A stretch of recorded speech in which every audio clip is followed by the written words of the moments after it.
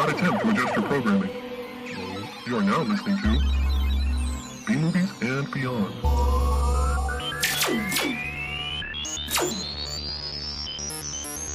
Oh.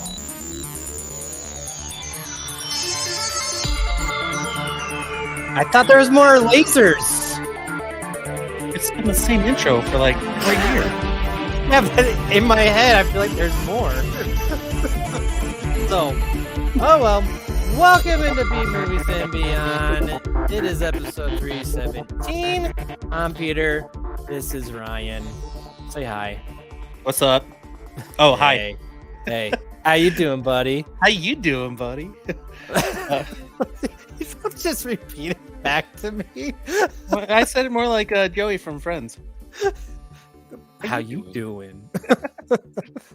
I had a little bit more pizzazz in my how you doing. That's true. That's very true. But seriously, how you doing? I'm good. It's looping. You know. Oh man. Stop. Just stop. Oh, this episode's going off on the rails already. Yeah. Great. I'm going great, Peter. I'm doing well. I was thinking about the intro song too, how you wanted more pews, but you know that little like do sound, that's in there? Yeah. What does that remind you of? And it's kind of like Tommy tinnitus, I was seeing like a rapid fire pews with some flair. It's what I imagine, when you close your eyes for a little bit of time and then you open them and there's like those fuzzy things. Or like when you transition from light to dark and you get that like sparkly fuzzy thing. That's what I imagine that sounds like. Oh, I gotcha. Yeah. Yeah. I was thinking like traveling through like some space, like when you just like, like those when you walk through those like spinny hallways, right? That makes you start feeling like you're getting tipped over. That's what I imagine like I'm going through with that sound effect. To be honest with you, I don't think I've ever been through a hallway that starts spinning. Like a haunted house? Oh.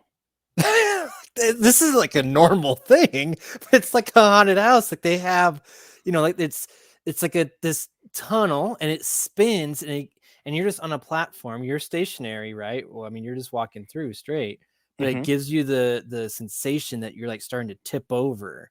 Like you're starting to like go to the side because everything's spinning around you. And it usually has like little like stars on it or little dots, like, or if you ever just been to like one of those pop-up fairs, and you go through like the fun house there, it has the fun house halls. Yeah, exactly. I'm picking up what you're putting down. Yeah, that's what I get from that sound, that music. Also, I like yours too. too. I thing because that too. It kind of makes you feel like you're having that weird little eye thing all the time. I was scrolling through the internet like I always do, and someone posted a photo of that, and they're like, "How did you?" I have like a Photoshop of it, of what it looks like, and the first comment is, "How did you get a photo of that?" It's true. Like, how would you describe that? And how do you get a photo? And I don't know. It's just weird. That's pretty good. That's clever. Yeah. With the fact that someone like recognized like that's exactly it, artist rendition of it, and they understood exactly what they were doing. That's cool. So, how's you feeling better this week? Oh yeah, no throwing up. No like, bad shits. just normal shits. Just normal ones. Just typical normal. Peter, I'm on the toilet for 20 minutes kind of shits. Yeah, normal stuff. So, ooh, we don't have a quick question, but I think I just came up with one. All right. Well, real fast though, I did want to bring up. Yeah, hold up. Because I watched this past weekend. I had time, a lot of time in the morning. I've been watching movies, so I got caught up on things that I missed that you've already talked about. But Renfield and Dungeons and Dragons, Honor Among Thieves.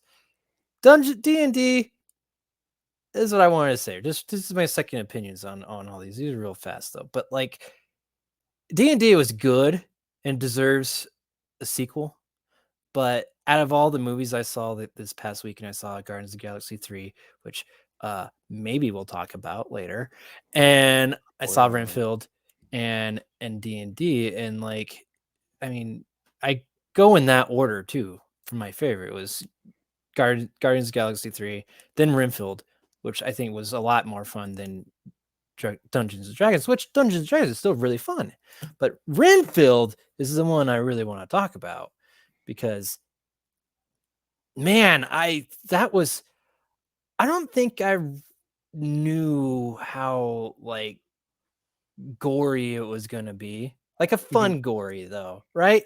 And that's what set this movie like so much like further apart, and like I'm still like just blown away that this movie didn't do that good at the box office because it's not deserving of like it's a really good movie. I had a blast watching it. The tone of it, the action scenes I thought were amazing. The gore throughout with that, the makeup with Nicolas Cage as Dracula, him kind of like transitioning from kind of all beat up to normal Dracula. Like they did a phenomenal job, and I was just blown away. And I keep on thinking like this movie got beaten out by the Pope's Exorcist. It makes no sense to me. This movie deserves so much more, and I hope everyone listening right now they go out, seek it out, pay the money to watch it streaming at home. You will have a blast, and like this is how they should make like because it's kind of like warm bodies, right? You kind of mentioned that it kind of has like that weird like romantic thing, but this is the rated R version where it just like, dude, if warm bodies was rated R and they had this much gore, like it would have been a great movie. But because they like no, they toned it down and everything. This is that movie, and it's fucking awesome. And it was hilarious, and Ben Schwartz was great in it. Nicholas Holt Sonic, you was, mean? yeah, Sonic was great. You got to go fast, you got to have some of that sugar. Uh, Did you have like a moment in the movie with Ben Schwartz where you're just like, if I close my eyes, this is just Sonic the Hedgehog just cussing up a storm. yes. I, I was like, this is how Sonic would act if he was like a wannabe tough gang member of a family mob of like I don't know where they're from, but Yeah. I think it was like Florida, right? It seemed like a Florida kind of place. It did Um, kind of seem like Florida, or was it LA? I don't know. It was kind of weird. Palm trees were there. Uh but I just I loved it, and I don't know if Warm Bodies is quite the thing, like, because that was really romantic. This is very much like kind of one-sided in my opinion with the romance. one-sided romance. Yeah, like it was all on Nicholas Holt's like side, really. Like Aquafina was just kind of like I know you kind of like me, but we got a job to do, so shut the fuck up and let's go. Like I think I I think Aquafina is just an asexual being. Like I don't know if she can have any romantic interest with anybody, real life or in movies. maybe, but I think that's what made it again. That's what made it fun. And did you notice one of the people that the screenwriter wrote the screenplay, I believe, for it? You see who it was? No. Robert Kurtman. Kurtman. Walking Oh, Dead. Isn't that crazy? ah, that's a good one. I like that. Yeah. Um, you know what else I like is how you snuck in a freaking review of Renfield so early in the podcast. Oh well, it was quick. This is quick. Second No, opinion, you know man. why I like it? What's Because that? that movie was absolutely deserving of its recognition. Very Dude, when true. I watched it in theaters, I was just like, "This is an awesome movie," and I saw it at home. I've seen it 3 times, and I'm just like, I don't know how else to tell people, "This is a movie you should watch." Yeah. And you summed it up perfect, Peter. It's a fantastic movie. It is Warm Bodies, rated R. It is gory. It's funny. It's serious. It has great dude, it just has good comedic elements back and forth. Made me like Aquafina. Remember my Aquafina Hmm. disdain? Yeah, you I did didn't not like her like for her. anything, and Yeah. dude, I love her in this one. Yeah, And she's good. and you know what it is? It's all tied together with Nicolas Cage. He brings people together. I think so. He elevated everyone, and it's just a good time, man. This is gonna turn into a cult, classic. I just know it because it deserves so much more. It has all those elements. So I want to put that out there because I'm just blown away that it didn't do as well as I think it should have. And it'll find its legs. Listen, the Pope's Exorcist is going to be lost in the vast sea of streaming services. Renfield's going to stand out. You're right. It's a cult classic. It's gonna get some legs. Yeah, We're gonna get that's right. Renfield 2, more Renfieldy. That'd be great because they also ended it kind of like, this kind of shrugged. I'm like, which again is another perfect like ending. Like it could be done. It could also turn into a sequel, which with how well it did at the box office, it's unlikely, but you can always have hope. So you got a question? No. I mean, kind of. It was gonna be talking about our bowel movements, but I was trying to think of a little bit more of a profound question besides that. But we can go with some toilet humor. Sure. What? How? Why? I have so many questions! You've been sick. You've been on the toilet. Mm-hmm. This week I've been a little upset tummy too. Nothing like where it's like paralyzed me. But how long is too long to be on the toilet? And what is the perfect amount of time?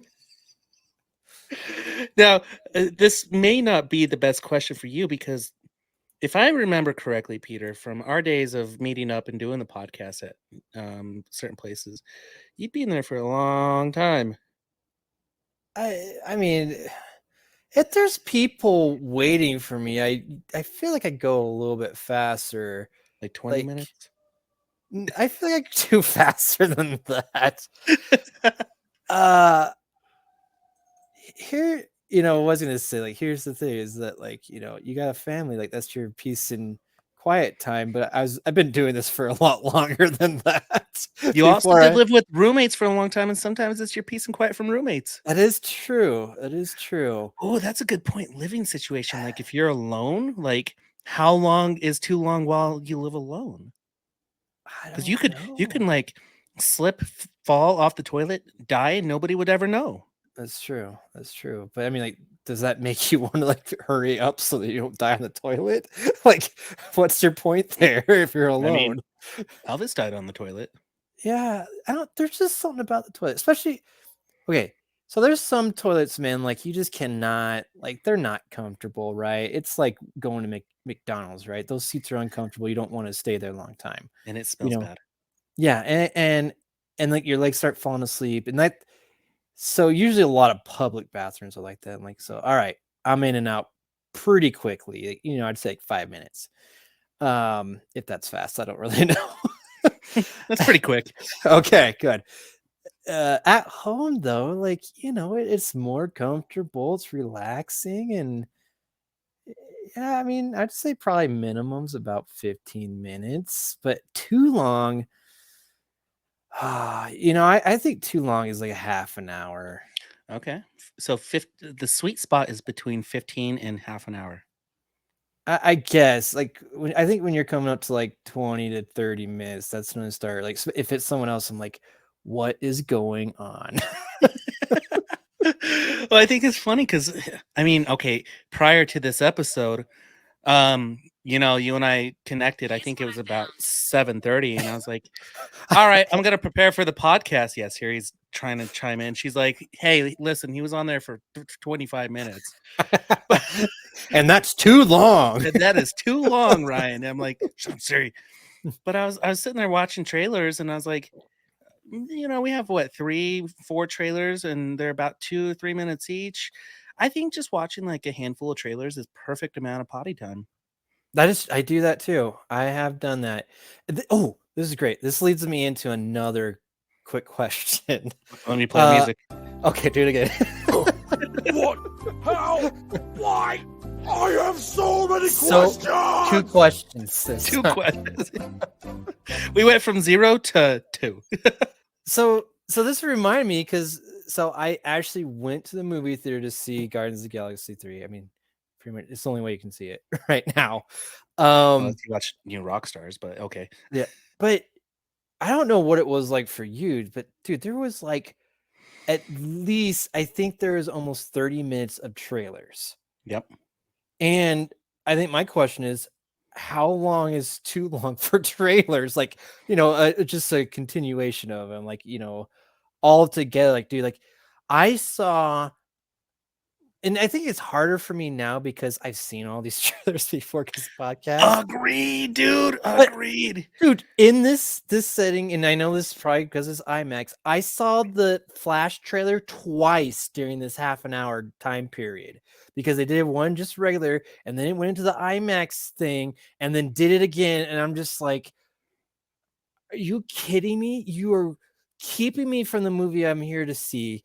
This is way too long. What happened to the days where you're watching like I feel like 3 trailers tops, and then you got to your movie? Like this was like I don't do close to probably 10 trailers, man. Like if each trailer is about like 3 minutes long, dude, there were so many. Like it was ridiculous. Dude, I agree with you 100% because I was watching those trailers too. And I was just thinking today, I was like, we don't have any trailers to review because they're all the same ones we've talked about that are on YouTube and they're rehashing them over and over on movies. And listen, Guardians is what, 3 something hours? And Yeah, it's up there. and I it watching all those trailers made me had to pee. And I had to go and here we go. Another quick question. What? How? Why? I have so many questions! Me too. This goes along with your too many trailers. I think more than 3 dude, 20 minutes. Too much. Okay, we're at a 20-minute zone right here, right? Yeah. My next question is how many bathroom breaks is too many during a movie where it ruins the movie for you? And the reason is I went twice during Guardians and I was uncomfortable the last time because I really had to pee and I was like, man, there's extra credit scenes. And I didn't want to leave and like I bolted out of there because I had to pee really bad. Yeah. Um, that one's a tough one. I think as I get older, it doesn't bother me as much, and so I mean, as long as I'm getting the gist of the whole movie, I'll take as many as I need to. I prefer not to, but I'm just at the point where, dude, honestly, man, like it's so quick. The bathrooms are usually pretty close. You're back like within like a couple minutes, and like I had to do that for Evil Dead Rise, and I felt like I didn't miss a thing. Like they were still on the same conversation that I left on, so I was like, I got it. you know? Yeah, true. And dude, you know what they should do? Maybe this is just a little. Isn't there an app where you can like check the best time to go use the bathroom? Yeah, I think it's called like Run P or something like that. It'll See, tell maybe I you. need to use that so I can time my piece better because I like to enjoy my extra credit scenes in Marvel movies, and I don't because I always have to like I'm afraid I'm gonna piss my pants, and I haven't done that in a long time. And Marvel movies make me want to do that. Yeah, but that's what I'll say, dude. I think it's totally appropriate. Just go. Like, I don't think you're not gonna miss that much. I mean, obviously, you're probably not gonna go in like this big old like fight scene, Um, but like when they're just talking, usually you get the gist of it. Like you're not missing much. So that's how I plan mine. It's like, all right, it seems like they're gonna be talking for a bit. I'm out. There Yeah. has been. I think there was one time I had to go take a shit or something, and back to the potty humor, and um, I think that was one time that I missed like some stuff. I mean, it still didn't ruin the movie, but I remember like rewatching that movie, and I was like, I've never seen this scene before. Like, when the fuck did this happen? Like so it was like almost watching a new movie for the first time because I'm like, I had never seen this before. And then I think I also forgot that I left in the movie and I just had no idea. Like it blew me away. So it was kind of actually a little bit fun rewatching it because I saw something new. Okay. I So think you found the good in the length of shit and the amount of peas and the length of trailers. If we can do a trailer times p divided by p shit times p divided by trailer length, I think we have a math problem for a fifth grader. yep, they can do And it. I think the answer is probably 20 minutes. 20 minutes. Okay. On average, yeah. On Sure. average, All on right. average, 20 minutes, double Good squared. I don't balance. know. Anyway, Yeah, we I'd got. say between 15 to 20. How about that? So I, I'm on the lesser side of 20, so I'm going to say 17 minutes is the ideal time. I think that's perfect. So, 17 minutes. all right, we did. We solved it. Let's get into our trailers. All right, deal.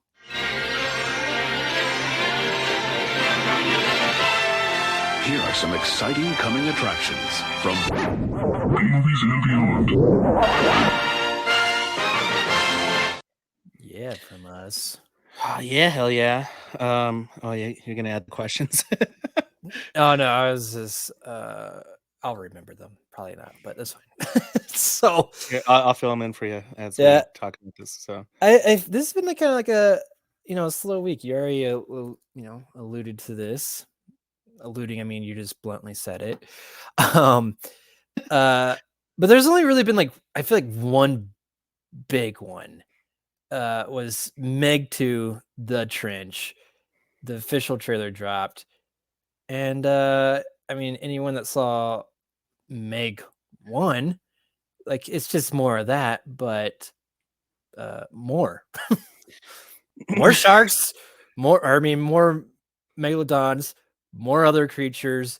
And I love in the trailer, this isn't, not spoiling anything, like the megalodon eats a T-Rex. Come on. Like pretty cool trailer, if you ask me. And Jason Statham's back. And I love how, like, oh man, I think there's even a line where he says, like, oh man, this is I think, like, this is just like the first time, and like someone asks, wait, what happened the first time? You don't want to know. like, I think they even, like, they're poking fun at it, which this is the type of movie I like. I like when they, like, dude, they know how ridiculous this is. Let's just have a good time, do crazy shit, and have Jason Statham flipping, wave runners and stopping himself right before he gets into the jaws of a megalodon. So like, it looks awesome. I can't wait. How'd you feel about it? I thought this is a total Peter movie, and then I was watching this, and I was like, no way in hell does the Meg have this much of a budget. I thought this was a sci-fi film, and it's a You mean big like budget. on the cable channel? Yeah. No, And dude, I think the Meg actually did really, really well, and that's why it got this sequel. I'm in. Makes me want to go watch the first Meg. You haven't seen it? No, Peter, you're the shark movie guy. I know. That's why I really like this. But I gotta watch the first Meg. Maybe after basketball, and maybe after Mario Brothers and Air. Hopefully soon. I watch you the got Meg. you got a lot of stuff to catch up on. Well, the funny thing is, I watched the other two. I reviewed them. Oh, yeah, I know. Yeah. I don't, dude. It's a fun time, and I think this is going to be even more fun just because they're going to go deeper into just how ridiculous it is. Comes out August 4th, right around the corner, so don't have long to wait. So I know I'm going to be rewatching Meg because it's a good time. He sold me. Jason Statham, giant sharks. The only shark movie that looks better than this is was it Big Shark? Big Shark movie? Oh, yeah, the Big Shark movie, which we're not really sure if that was legit movie that's going to come out ever or just Tommy Wiseau trying to sell some underwear. Either way, I'm trying to get in some Tommy Wiseau shorts. Dude, I hear you. I like how our friends still don't believe us that's real. Like, we've showed it to them, and they're like, no way. Yeah. All right, well, whatever. Great. I'm gonna jump to this last one. Bird Box Barcelona. Did you watch this trailer? Yeah, it was in Spanish, and I was like, this looks stupid. And then when they played the title, I was like, oh, it's a sequel to that movie with Sandra B. Sandra Bullock. Yeah. What was the tagline? Now you can see. Fuck off. On this one, yeah, which I'm like, no, that's the opposite. Like, That's I the don't. point of the movie is they can't see. Like, if you're gonna let them see now, and we gotta see these monsters, like, I don't care. Shut up. Yeah, and like really honestly, like this felt like it was just like more like a title announcement slash date release, because that trailer, like, dude, like there wasn't much to it. Like, it was pretty short. Most of it was like stuff that came from the movie, the first one. Mhm. So I don't know. I don't know if this is all going to be in subtitles, if it's going to, if they're going to adjust and it's going to be, a mixture of English and subtitles. Like, I don't know. I'm not sure how I feel about this, but I think they're planning on that's going to be huge because this is a July movie, July 14th. It comes out on Netflix. And I guess we'll just have to wait and see. But from that trailer, I'm not looking forward to it. Yeah. I'm not either. Because this reminds me of Cloverfield. Remember the first Cloverfield was so cool. You didn't see the monster. They had the film footage, like and who was it? It was TJ Miller. TJ Miller the whole time. Unknown TJ Miller. Great voice behind a video camera. And then they released Cloverfield Paradox or Cloverfield Lane or something. I don't know. Yeah, Cloverfield Lane. Yeah. Not important enough for me because I watched it. I was like, this is dumb. Give me a sequel of what I watched the first time. Why are you trying to give me John Goodman and Mary Elizabeth Winstead in a bunker? Oh, see, I disagree. Like, if I had to rank them, I would rank Cloverfield Lane ahead of just Cloverfield. Oh, well, you're wrong. Oh, no. We'll debate about it, but you want to talk about this on the toilet, Peter? Yeah, let's get the like the ones that are attached so that we can look at each other and take a shit at the same time. We should do a podcast, 2 dudes, 2 toilets. Yeah. And try to do a podcast in 17 minutes. So that Cloverfield Lane was like the split of the Cloverfield universe, because you didn't really know this was a Cloverfield movie, even though it had the word in there, until like the very end, and I was just blown away by that. So maybe like the twist got me. The Cloverfield Paradox, they were just capitalizing off of the title and like how well Cloverfield Lane did as well, and that movie sucked. I will say Cloverfield, dude, I feel like they started they didn't really quite start they rejuvenized the found footage, I would say, like the Blair movie. Witch. Okay, Blair Witch is another one. Oh man, we can do a whole segment on this alone.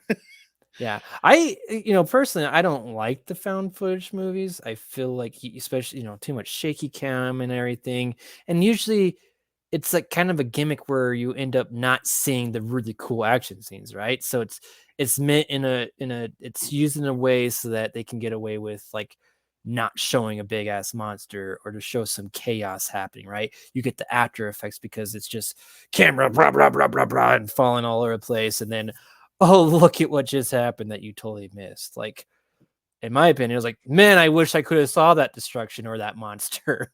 That would have been better. Wouldn't that be cool if, like, when that movie came out 2 months later, there was like the outside footage? So they did release the found footage, and they're like, oh, by the way, this is what happened. we have a regular movie too. If you want to see that, here you go. Same dialogue and everything, but here's exactly. That'd be funny. And you're gonna see them with the camera, just like doing all kinds of weird shit with it. Oh, that's why I didn't see anything. They're just constantly throwing this camera around. Yeah, that's funny. That'd be great. Yeah, I think we got to start a new YouTube channel called Potty Talk. I like it. You can tell your wife, "Hey, I'm doing a podcast. How long is that going to be? 17 minutes. Yeah, exactly. It's the right amount of time to be on the potty. Go to the bathroom. See ya. She'd probably love it. She'd I probably know. love it. This the last last- one, yeah. Doomsday. Jinxing all over each other. Jinxie cats. We're doing the same thing over and over today. It's like we've been doing a podcast for like 6 years. It's true. True. Doomsday Meteor, huh? Yeah, Ryan, did you think, oh man, it's been so long since we had a meteor movie, like Armageddon, and hey, let's do that same premise, but let's make it super low budget. You son of a bitch, I'm in. Exactly. That is what I said too. I was like, this looks like Armageddon, but worse. I'll watch it. I just like the line, you mean it's a suicide mission to save planet Earth? I'm in. Yeah. There's also the other part too, where I love how these, like, whoever's the writer, like, they're like, oh dude, we got something so original. Like, this is like an Armageddon, but what didn't happen in Armageddon is like there was no one shooting meteors from the ground. Like, there's a little quick scene where they had like a laser gun, they're shooting meteorites out of the sky from Earth, from the ground. Like, I can't wait for that scene to happen, because that just like seems, like you're not really accomplishing much, but sounds like fun. We need to get that clip and just have it be the intro for our podcast. That's true. Yeah, dude. And then we put the pew pew pews behind it. Yeah. Oh, dude, we should have a new intro where they're like epic battle scenes and they're just pew pew pew pew pew. Yeah. All great ideas today. All great ideas. I like it. Yeah, I just rewatched it. Apparently, I think they're on the moon when they're shooting those meteors. So, all right, I'll take it back. It makes a little bit more sense. Do gun noises make different sounds on the moon? Yeah, that's when they really sound like pews. Pew. That's how they sound. That's hilarious. This is trailers. this is a straight up sci-fi channel movie, and it gets released sometime this year. I have no idea when, but you know what, Peter? I didn't appreciate sci-fi movies until we went to the Telluride Horror Festival, because all those were like kind of cheesy horror sci-fi movies.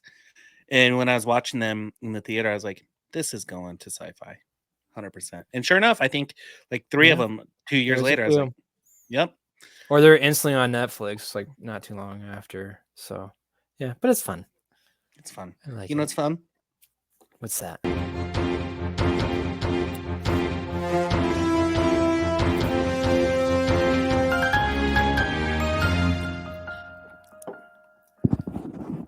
News. Peter, Peter, before we get into news, where'd you get that sound? What we just listened to? Yeah, the news sound. I don't know, some website that allows me to use stuff without licenses, or because it's fantastic. I love it. Yeah, so you're welcome. During the sports show this week, I've had some breaking news, and my producer was out, so I was talking to this new producer, and I was just like, "Hey, give me a breaking news sound." He goes, "Oh, I don't know if I have one." I was like, "Dude, Andrew has one. Just use it." And he's like, "I don't know where it's at." And I said, "Fine, I'll use mine." And I use mine. He goes, "Dude, that's a good news sound." I was like, "Oh, yeah, dude." And that site has so many, and like, I literally do. You just go through, you start clicking, like just looking for that right one. Because at first I tried making my own, and that was a little bit difficult. And that one came up. I'm like, "Ooh, this is nice. This is nice." And yeah, one more today. My producer came back, and I was like, "Dude, give me breaking news." And he goes, well, for what?" And I was like, "Never mind, too late." And I pressed the button, and Roman started laughing, and he goes, and Andrew goes, "Man, I like your breaking news sound better than mine too." And I was like, "I know, right?" You're welcome. You're welcome. Yeah, So, I have some new news. Yeah. I just learned on how to put in those chapter jumps in YouTube. Yeah, so if you go to our YouTube channel,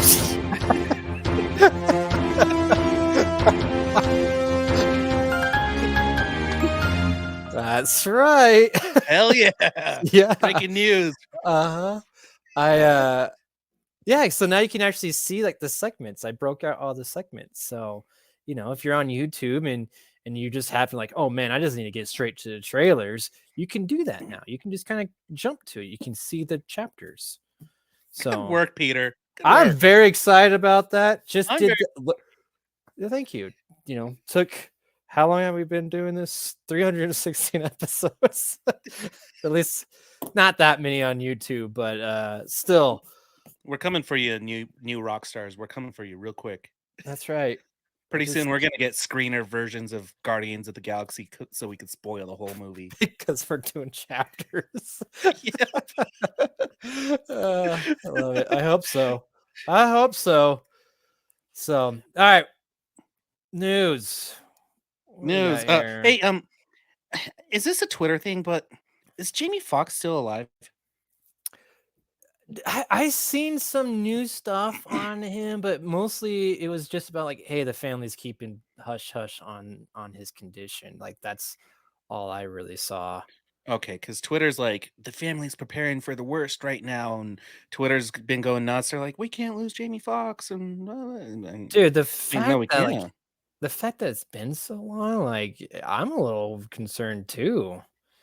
Like, dude, Jeremy Renner like gets run over by a snowplow, dude, and he's sending out Instagram posts like the next day or something. Like you actually get to see like, oh, he's okay. Yes, there is some like scary moments where, oh man, he's not doing well, and we're not sure like how if he's gonna like lose a leg or whatnot. But dude, I think the lack of information is concerning. It is. I want my Spawn movie. I know, dude. He needs to pull through so that we have Spawn. Yeah, because I don't know what Todd McFarlane would do with things going backwards for his movie, because they will be. Dude, I think he would just give up at that point. I don't know. No, he won't. He'll continue to say that he's writing it, and he'll be like, "Well, we're gonna get Denzel Washington now," and we're gonna be like, "No, you're not. Stop lying to us."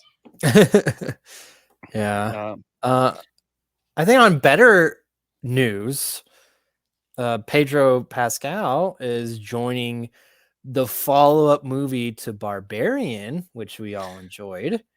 Cool. It's called Weapons. Mm-hmm. And I'm looking forward to that. I think that's great. It seems like it's going to be, kind of similar with those like flashbacks and stuff. Like there's going to be maybe even more of that. Backsplaining. Yeah, a lot more backsplaining. But like the fact that they're just getting a sequel, I think very early on in this process. But the other thing, like, I started to look because I was like, man, who is this director? And it's Zach Kreger, I believe. He did Barbarian. Oh yeah, yeah. He's from The Whitest Kids You Know, like that's that skit What? show. Yeah. Let me look this up. I already did, but go ahead, look it up again. But like it just made me think like, how come these like comedy people, like they're just so good at like transitioning it over to horror? Like you see that with Jordan Peele. He's the guy with the giant jug of LSD in the skit. He was just like carrying around giant jugs of LSD and yeah. But carry on. Sorry, I interrupted. Well, no, that was my question. I mean, like, why do you think they're so good at this? Like, is it because they kind of write on like a humorous side of it, and they can come up with some really weird shit because they maybe find certain aspects amusing? Like, it's just so interesting to me that like these people like they're known for their comedy, and then they start changing it and like write like this like a horror movie, and it's just amazing, because I think he also wrote it, didn't he? I guess I should have done that in the research. He's done a lot of actual decent. He did that college movie in 2008. Yeah, Miss March.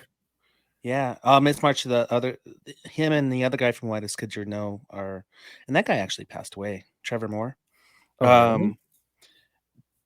Opening night looks pretty cool. It's a musical comedy. Never mind, it doesn't look like a horror. Maybe I'm judging a book by its cover. But Barbarian, a great question. Because here's the thing: like you watch Succession, who's the producer and directors of Succession? Comedy people. Will Ferrell and Adam McKay.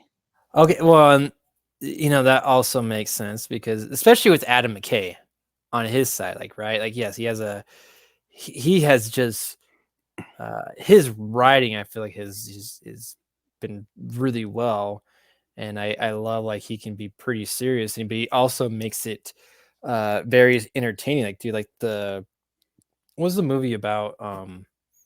Like the whole market collapsing, the real estate Don't Look market. Up.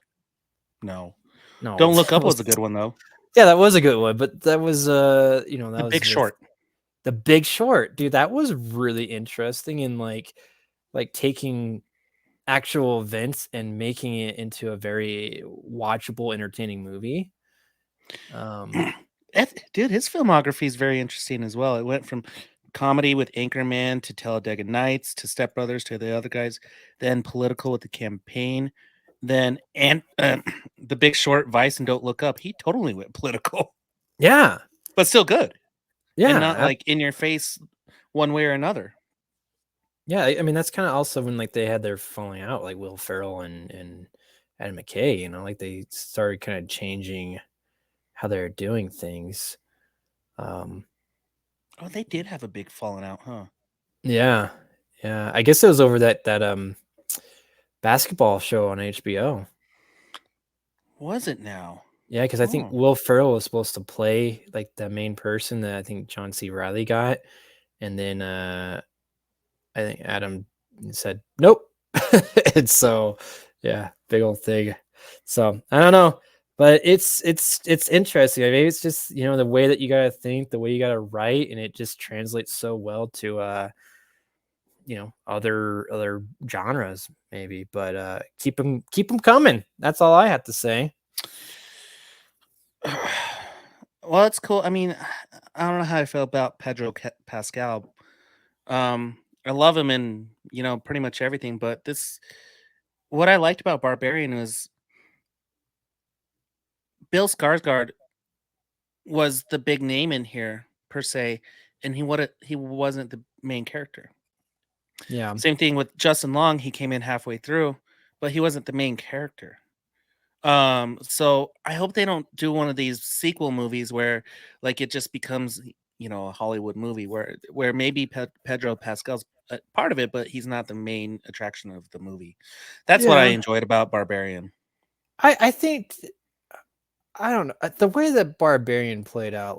And then also just think about who Pedro Pascal is. Like, dude, like he did the unbearable weight of massive talent, and like his character in that was pretty amusing. Like the guy is not afraid to have fun with his characters. So I Agree. feel like it's great casting, and I don't think he's also not afraid. Like, hey, if I'm only in half this movie, or like I'm like the Bill Skarsgård like role, like he's like totally cool with it. Like that's how I feel, anyways. And He would so be. Yeah, he did that good Mario Kart skit about The Last of Us. yeah, exactly. So I think he sees that and he's okay with all of it. And now it's really just going to come down to um the directors, Zach, and if he just stays true to what he's doing, right? So and again, from the brief information I have heard about it, it sounds like he is. So uh I'm excited. So I hope he doesn't lose his way. So but we'll see how long that's gonna take because it's fucking writer's strike. Recessions and writer strikes are like death, taxes, and funeral homes or Yeah. something. Like I put in Death our and notes taxes. Yeah. like things are starting to get shut down now. Latest one that I heard that popped out was Blade. The Blade reboot's been shut down, but there's all kinds of stuff that's stopped production or just has been halted, affected by this writer strike they just started like beginning of May. Is that right? Yeah. Yeah. It is just nuts. And I don't know. Did you do any like reading up on this and what's going on? With Blade or just a No, writer the strike? writer's strike. I haven't yet because I have a feeling it's going to be talked about for the next 2 years. So I'm just going to let the news build up a little bit because it's coming. I mean, it's going to change a lot. Here's the thing where it concerns me is this whole DC reboot that's happening with James Gunn. That might be prolonged. I mean, and I want to talk about this when we get into the Guardians, but that might be James Gunn is going to be the saving grace of DC, and if they don't act on it now and this writer strike pushes it out further, it's going to lose a lot of its luster. Yeah, well, it's gonna be a lot of things, man. Like, you remember the one in 2007? Mm-hmm. Like, That's when 3D movies came out, and I absolutely hate 3D movies. Let's make a yeah, shitty movie, but let's make it 3D so it's unwatchable even yeah. more. I Okay. just, like that went on for what was it? I think November to like February or something. I don't know, maybe like 100 and something days. And dude, I just remember like just how much like shit came out around that time because they were just taking stuff that was already written and like, well, fuck it, let's just make this. Mhm. Like there was a lot of crap that went on around that time, and I just like I know like I understand like studios and all that they want to push back because they like everything's gonna cost more money, but dude, you need these writers to keep on producing high quality content so that you can actually make money. So you just give them the money, you know. Give them I like that. Give them the monies. Give them the money. Like let's get this over with. Just like I hope talks doesn't like break down. Like it is nuts. Like what like they're asking for and like how much it was and like they came back with like some like it was like a quarter of what they actually need like or what they're asking for. I'm like, dude, you didn't even meet them halfway, and like you're thinking this is gonna like end right then. Like you're so dumb. And I don't know. One thing they got to remember is a good writer makes the film. It's not the actor. An actor is shit without a good writing script. You Yeah, can't. exactly. I mean, I mean, we're paying actors so much money to be in these, and last example was Babylon. Brad Pitt wasn't the best in it, dude, and it was kind of writing. So even a movie with bad writing can make a good actor look bad, which I believe happened to Nicolas Cage because that's when his downfall happened in 2007 and 2008. Damn writer strike, and then he just took on whatever job he wanted. maybe there's something to that. I don't know. But it's just come on, Yeah. dude. Like I heard like Stranger Things is like stop production. Oof. Lost interest. So many big things were potentially like now everything's delayed. I mean, even Marvel, DC, everything you name it. And this industry is just it makes too much money to like not give the writers, because we all know if there's a shit writer and poor story, that movie's gonna suck. I think Marvel's kind of a little bit in that where like they were trying some different things with different writers, and like, ugh, all right, we need to find some better writers. So pay them the money, they deserve it. So that's just my thought. So that's pretty much the end of the news. Get this writer strike over. Dude, there's a potential, man, where we're gonna have like, maybe a few months or even longer, depending on how long this goes on for, where we're not gonna have a lot of content, and we're just gonna, Dude, what? We're gonna go back to our roots. B movies. yeah, probably. Maybe this needs to keep on going. Maybe that's what. Maybe we need to do that. So, but We're gonna have to take off the Beyond, and we're gonna have toilet talk and B movies. No Beyond. That's right. We're gonna have to take off the Beyond. You're absolutely right. We're gonna have to take off the Beyond. But speaking of Beyond, creative. yeah. Speaking of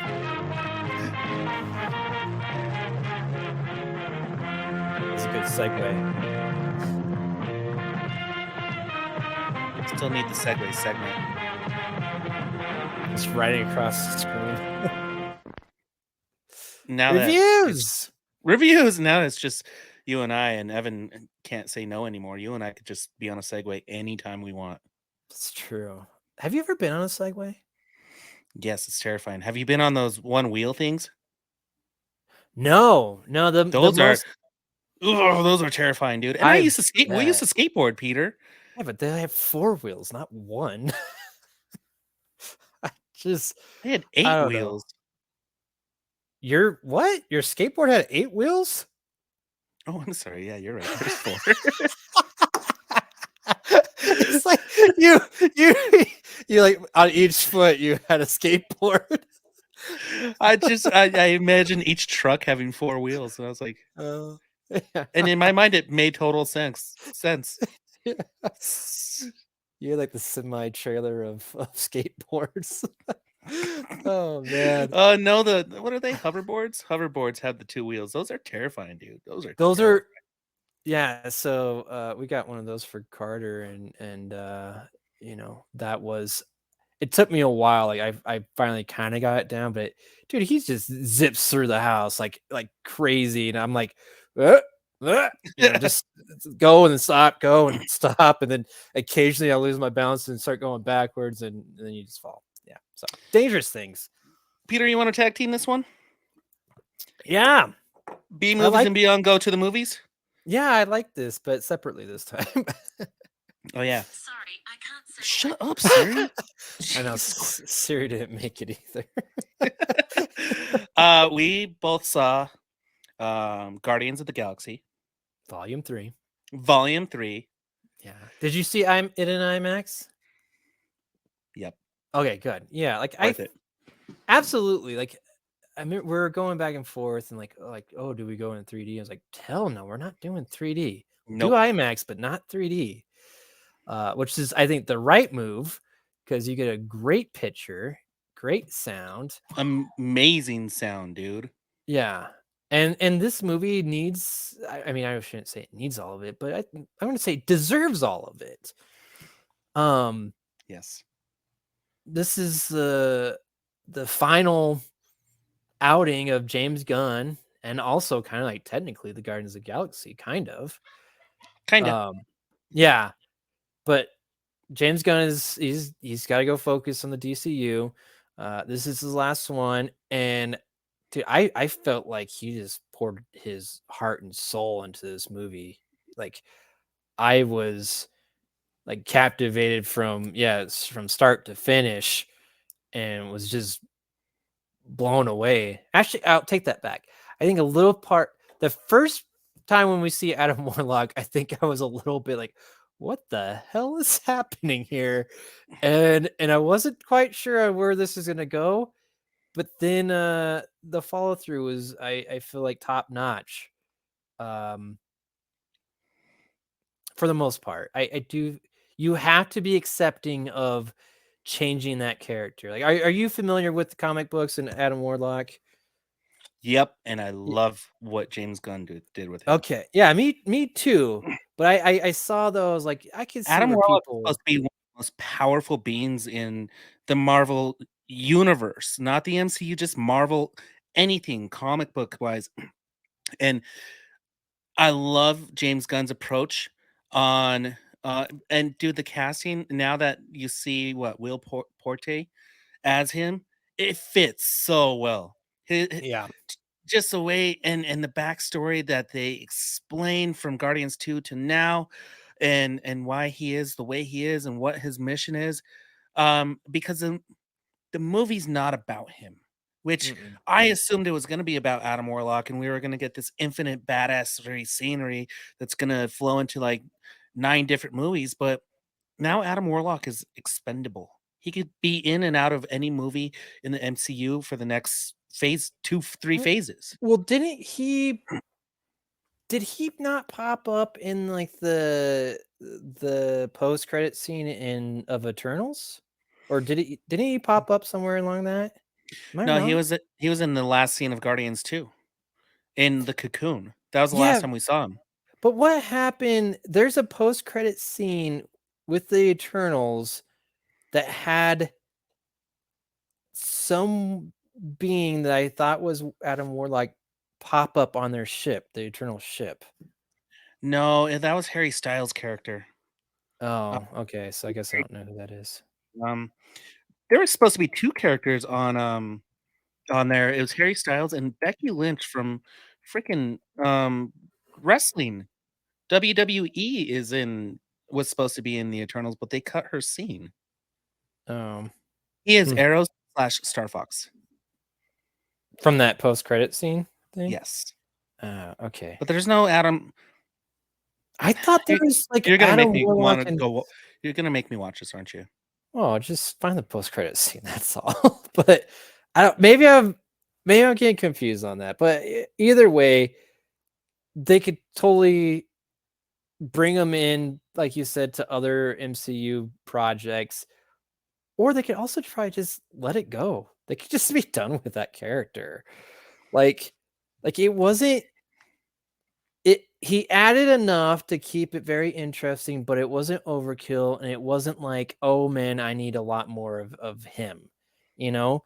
But if Yep. he showed up, I'd be like, okay, I'm okay with this. Like it was My cool favorite thing enough. about what James Gunn has done in the Guardians universe is, dude, because of his Guardians of the Galaxy and the Infinity Stones.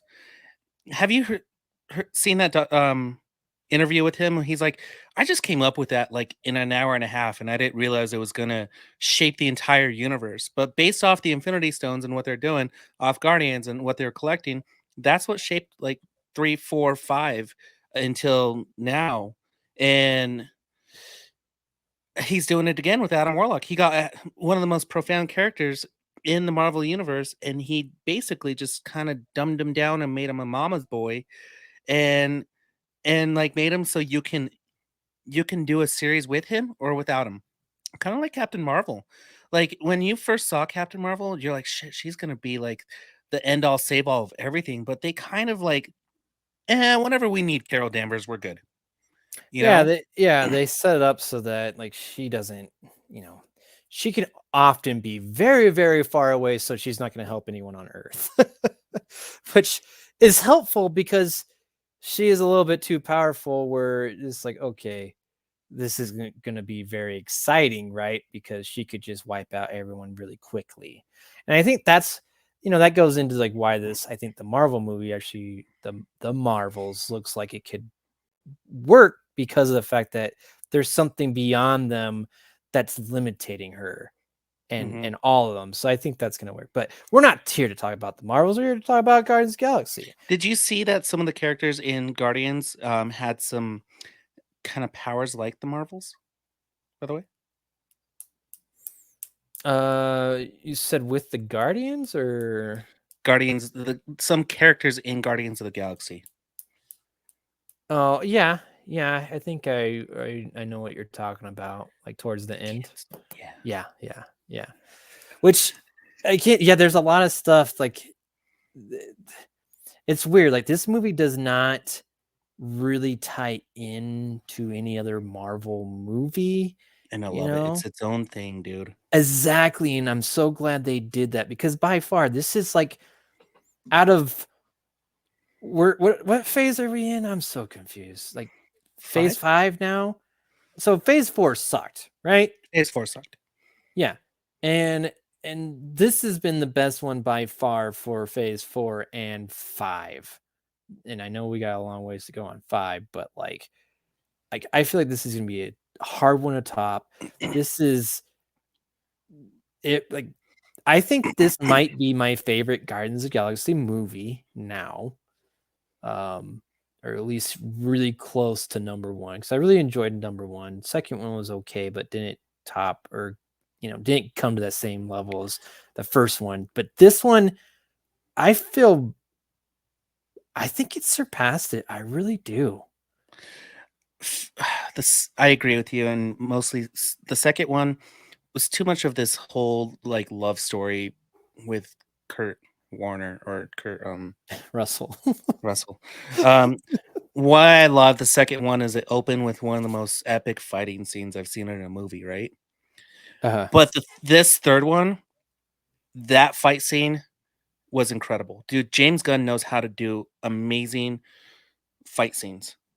And it's set up like it just it put everything that so you got really fast where everyone is all the different guardians, like where they're kind of currently at, how they are emotionally, and then really quickly you get into, oh, this is the events that take you on to the rest of this movie, um I don't know if we can really talk about it because it's not really in the trailers, and I don't think I really knew, but this is, uh, a big thing of this is a rocket movie, Oh, you could right? talk about it. Dude, it's been assumed for a long time.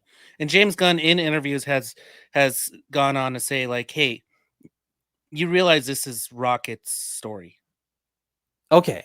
Yeah, but even on top of that though, there's a lot of that, but still though, he does such a good job of giving every single character their own piece and their even own character arc where you're seeing all these characters grow. Mhm. Like that is a hard thing to do, which is funny because I don't think he nailed it in the Suicide Squad. He No. nailed it in this movie. Dude, And probably actually maybe a lot of the Guardians movies. Like Drax. yeah, Like Drax is an ancillary character. Yeah, we knew he had a daughter and he had this and whatnot, and then Drax became this funny character. However, in Guardians, they gave Drax a piece, dude, and you're like, "Whoa, how did you tie that up?" yeah. Even Gamora, like Guardians 2 left you with, "Hey, we don't have the same Gamora." Guardians 3 still continues that, but it's like you see a little of the Gamora that you love from the first one and from Avengers. Well, you're seeing a new Gamora like grow and everything, and the fact that he's also not James Gunn wasn't afraid to like, oh, let's just retcon everything, what we did with Gamora. Like, no, like this is actually another big part of the movie is having that dynamic between uh Star Lord and Gamora, right? Like, just like no, these are two separate things, and they both had to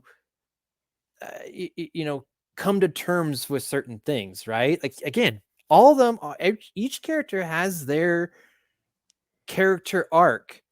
Um, Maybe the only one that didn't quite have that was probably Groot because he kind of had the biggest one like throughout the other two movies.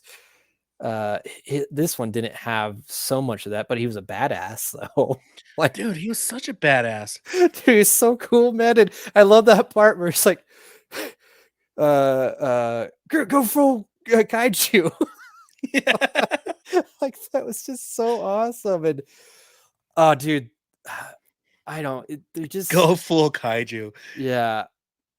James Well, Gunn just had a fun time with this, and I think he just nailed it everywhere. And also, the other thing that really stood out to me in this one was, and this is again a big part with Rocket, is the High Evolutionary. He's the big baddie for this movie.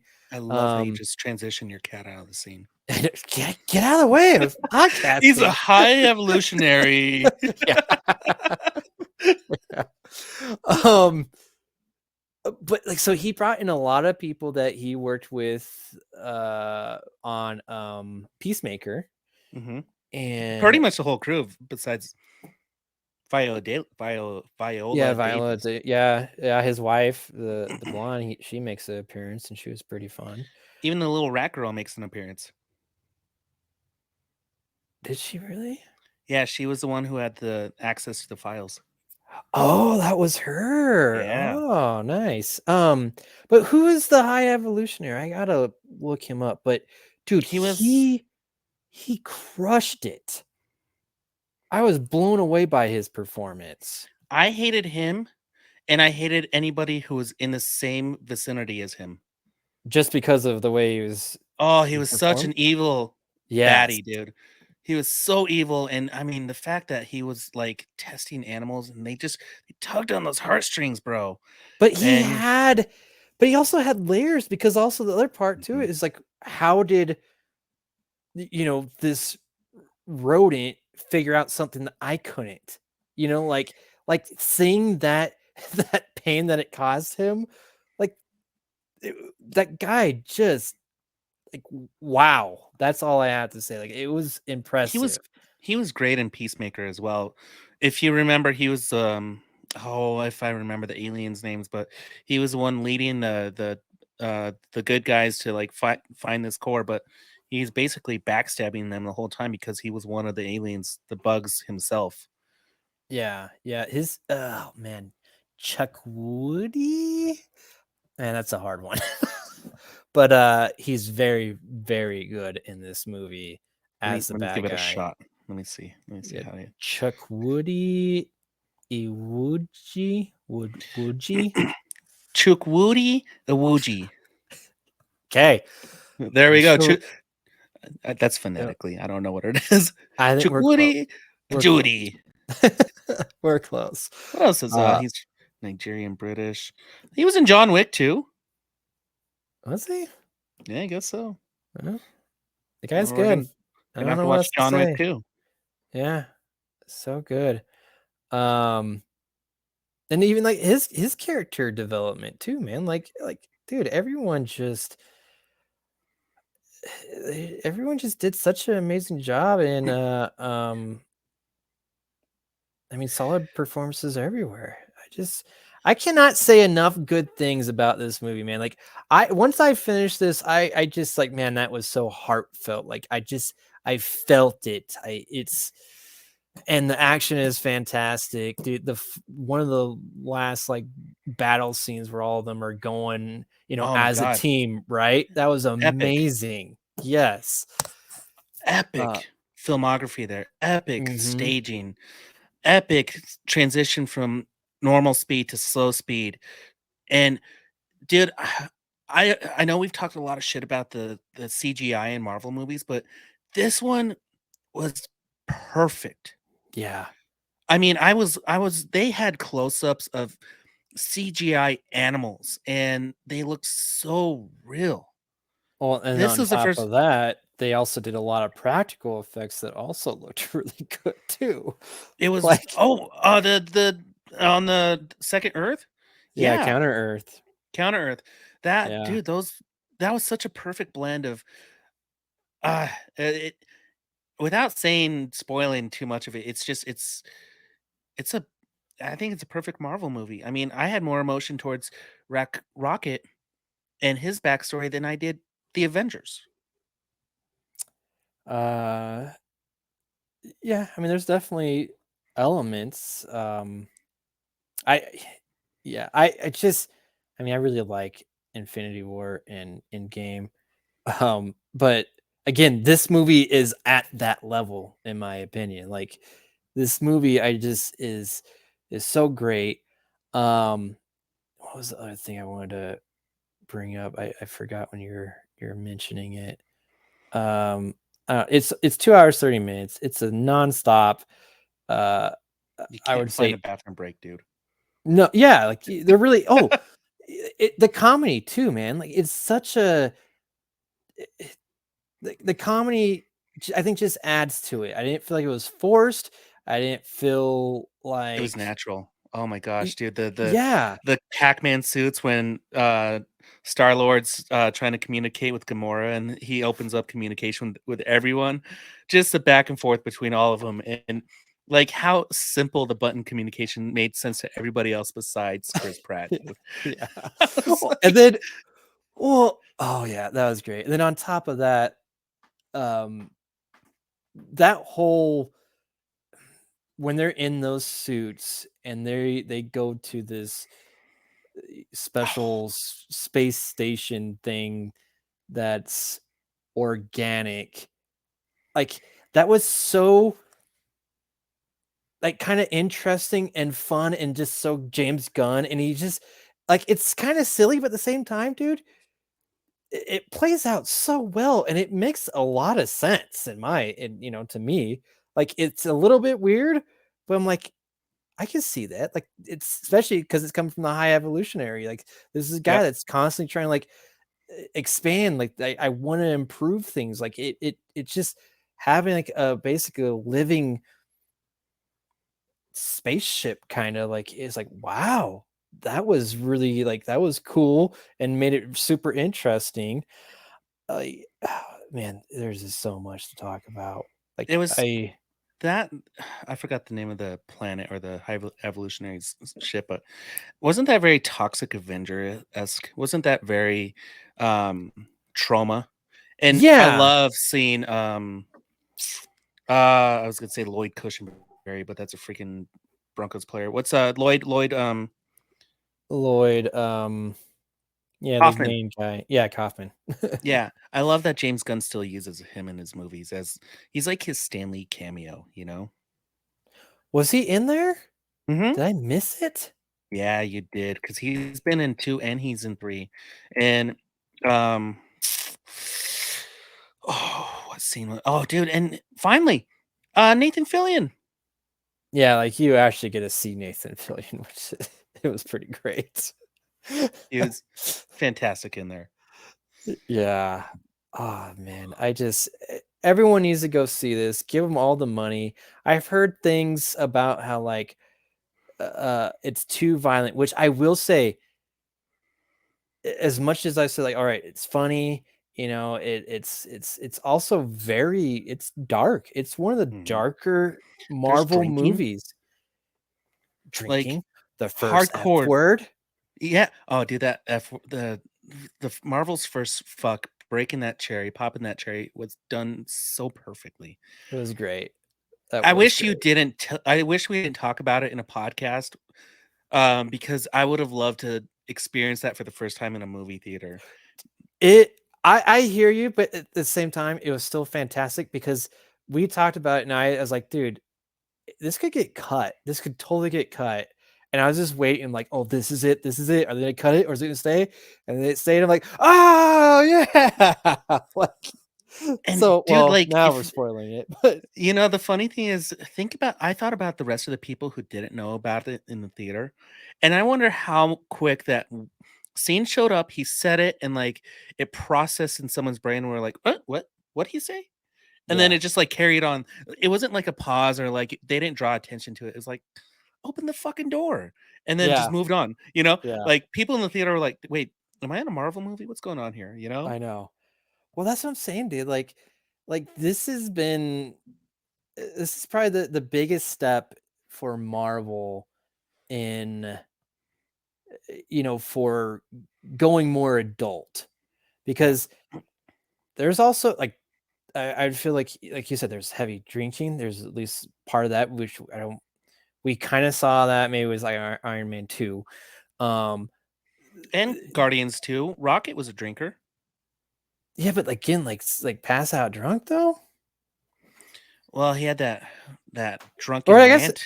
yeah, that was in the first one. So I guess mostly James Gunn does a lot gets his characters drunk. He I- pushes the envelope. yeah. Uh and then also, dude, like it got pretty gruesome there at the last part of it too, which I wasn't expecting that either. Yeah. So I'm curious if that's gonna hurt it or make it more successful. Okay. Because We've talked nothing about how much we've loved this movie. Give me one thing that you didn't like. I oh, it's probably Adam. I shouldn't say I just didn't like it. I just feel like Adam Warlock. Um, Could have done more. Potentially, but I feel like no, I liked how they utilized them. It's more like just the fact that like, all right, you took Adam Warlock and you just made him like this, like you said, a mama's boy, like a growing mama's boy, which was entertaining and I enjoyed it. But I think the whole time I was just thinking like, man, I was expecting so much more. So that's probably mostly it. It's just like I thought there was going to be more with them, but also like, but at the same time, like what transpired and what the finished product, I thought was just great. It was great. Mine might be the unpopular opinion. Um, the reason is after every one of these movies, I'll go back and I'll listen to the soundtrack Mm-hmm. because James Gunn pays so much attention to making a movie around his soundtrack, and he did it especially with Guardians. I feel like, and this is not a diss at all, I feel like this movie lacked the impact the first two did with their soundtracks. And here's why. And I know they explain it, but you get generations of music. Mm-hmm. And some of the songs to me just didn't really. Florence and the Machine is the one that kind of threw me off. But that was the last Uh, one, though. yeah, I didn't That like. was the I the didn't think. unlocked one. I didn't think that was like a good one for it. I mean, they opened up with Creep, and then you got a little bit more James Gunn of you got the Fleetwood Mac, and you got some good ones in there. But the good thing about like the first Guardians, it was like 70s and 80s, and then the second one. But I understand why they did it. I just think that the later songs could have been a little bit more impactful because I think Florence and the Machine. I think it overpowered what was going on when with the scene, and it didn't really tie in. And like I said, I'm probably unpopular opinion on that one, but I'm going to stick to my guns on that one. Your James Guns. My James Guns, not my Sean Guns. Yeah. See, even there was so much story in that movie, and there were so many characters that were being built up with it just kind of open. And even his brother, like getting the little whistle thing from Yondu, that was supposed to be a big thing at the end of 2 and 3. Well, you got some sort of answer in there. It wasn't a big deal in the third one, as I thought it would have been a bigger deal. Yeah, but he still had his arc too. Yeah. Like Oh, also and Peter. Cosmo. Cosmo Yeah. was great. Yeah, You call me back, dog. dude, everyone got their thing. Like Even you know, Nebula. yeah, especially her. Like, and here's the other thing too. Like, there's stuff where this was such good writing. The fact that like there was things going on, like so Nebula has like a new arm, right? I'm like, where the hell did that come from? Did I miss something? And then just as you're going through this movie, like there's this a little thing here or there that's like, it's kind of further away from when it happened, but it explains where that came from. And it was just like you covered every single plot hole that maybe I had a concern with, but it wasn't that big of a concern because I didn't. It's like it's just you just go with it, right? Like it's not that big of a deal, but you When still did like she lose her arm? well, it got all jacked up in Endgame. Oh, that's right. And Okay. or between like Infinity War and Endgame, like it got all jacked up, and Because then they explain why she gets a new one and the reason behind it. yeah, and then also who made it too. But you got to watch a Christmas special to understand. Kind of, yeah. Christmas special kind of ties in. The Christmas special is like a prologue of Volume 3. Yeah, You absolutely. I don't mean, need so to watch it. Yeah, but you you can. quickly learn that Mantis is Peter's sister, which again, it's not that big of a deal in the third movie. Like it was kind of Yeah. like something they brought in. And it happened in the holiday special, and then like, oh, there it is, and they're like, it just it made them a little bit closer. I felt like it was a little, it changed the dynamic just a little bit, but it wasn't like a big deal. Same thing with just how Nebula was with the arm, like it. I don't know if it was the same one from the holiday special. So, but then on top of that, Mantis and Drax, like their dynamics and where it ends at the end of the movie, like it's just, oh man. Adding the holiday special too, dude. You gotta watch all the Guardians movies. They're just so good. It's good. We can go on forever and ever. I know. Yeah, absolutely. Like, here's my last thing. Is just a question to you. Like, do you think there will be another Guardians movie with like a different team? Yes. You think so? Yeah.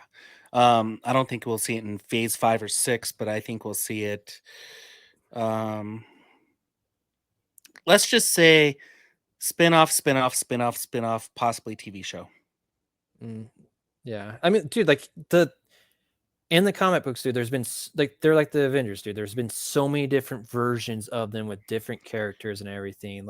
We have a this Secret is Wars coming up. We have, I mean, that could be where this part of Guardians and this or whatever combination can randomly pop in and pop out whenever they want. Adam Mhm. Warlock can show up with some of the Guardians. He could show up with Nebula and Gamora, stuff like that. Like they're opening the door for Guardians to be its own thing, kind of where they shut the door of the Avengers and they need to reopen the door of the young Avengers. Guardians is that in between where they can just kind of go in and out and build up what they need to. yeah. I can't wait for Angela from Spawn to be in a Guardians movie. Maybe. Well, she is, right? I did not know that. Yeah, no, Neil Gaiman and Todd McFarlane, they created the character. And there was a big lawsuit, so she can never be used in Spawn again. And years later, Marvel bought the rights to that character from Neil Gaiman. I think it was Neil Gaiman or Alan something. And Marvel threw her in the Guardians of the Galaxy. That's cool. Yeah. Nice. So we can have sexy, hot Angela in there. Venom was a member of the Guardians of the Galaxy at one point. Venom would be a dope Guardians of the Galaxy. See? Yeah. See where this can go? This could Dude, be a big thing. It could be, and that's why I feel like that team, we're never gonna get that team again because Dave Bautista said that he's done. I think Zoe said that she's done. I think that's about it. But it's just we're done with that, Guardians, and I think it was a great ride. And this third one is They're done until they need paychecks. I mean, I get it, dude. Like dude, Marvel is just all in, it just swallows you up, man. And you don't have time to do anything. Like you can't expand your acting chops, right? Like I get it why you want to move on. You made some good dough, but I think you want to spread your wings and do some other things. But everyone listening, if you have not seen this movie, you need to go see it. Hopefully we did a good job of not ruining it. It's kind of hard to kind of really talk about it and not ruin anything, but I think we did it. I think we crushed it, Ryan. I think we killed it. I'll tell you something, Peter. My last final thought about Guardians of the Galaxy, and it kind of goes into my recommendation, but what do you got to say? Let's just do it. Yes! Yes! Oh! Oh! Oh! Oh, God. Oh. I'll have what she's having. What are you having, Ryan? I am having anything and everything James Gunn serves up on a plate. Ah, I see. There you go. The reason is, while watching Guardians of the Galaxy, I was sitting there thinking, I was like, wow, Disney and Marvel really effed up by letting this guy go. And I cannot wait for... I just have a weird feeling that Warner Brothers Discovery is going to screw it up with the guy, and he's going to make his way back to Guardians of the Galaxy and or Marvel in some capacity in the future. I don't think they're done personally. If he can find the time, I think he'll make it happen. I think I heard something though that's pretty exciting is the fact that now that they have a connection, right? Disney and Marvel to DC with James Gunn, a crossover Marvel and DC. Could you imagine that? All right.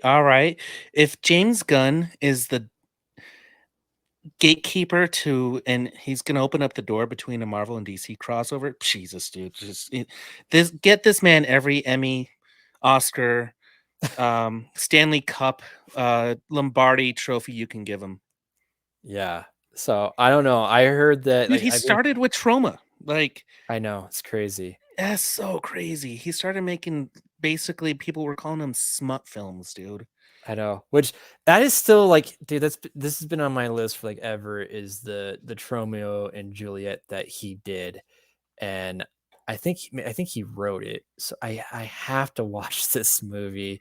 I don't know why I haven't seen it yet, but maybe that's what I'm gonna do. That's my recommendation for myself is to go watch Romeo and Juliet, written by James Gunn. So You know what I just had an epiphany about? what's that? There's a certain little service that is missing some Trauma films on there. That service better get it. Hell yeah. Peter, it's been a pleasure. I'm glad we reviewed the same movie because it deserves a tag team. Yeah, And it's just so good. I'm gonna watch it a couple times before it comes to streaming, man. And this is a movie that you watch at home as well, so enjoy it. I would totally go watch it, and I know as soon as it comes out, I'll definitely be watching it again because seems like I might have missed a few little things, like, and there's a lot. There's a lot. I went to go going pee. on. Yeah, you went to go pee, so you're gonna see a whole new movie. Which, well, so that's another thing, dude. Like, we didn't even touch on this. Is apparently they have like so many different cuts of this film that it is very possible that we saw different things. Oh, really? I didn't know that. Yeah, I'm sure they're just gonna be like small things, but like maybe different jokes. I don't know, but I've heard like there's like a lot of different versions of this, and how are you gonna, how does that go to streaming? Like, so potentially on streaming, I could see a couple scenes like I don't remember seeing this before, so I don't know. That's interesting, and I don't know like if they're gonna release some type of like chart that's gonna tell you what each of the different things is.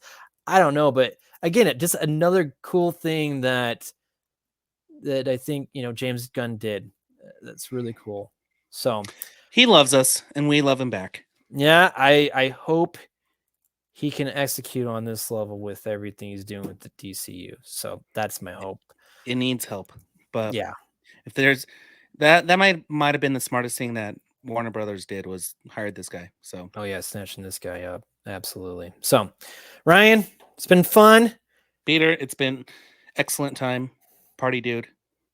Party on. Aloha.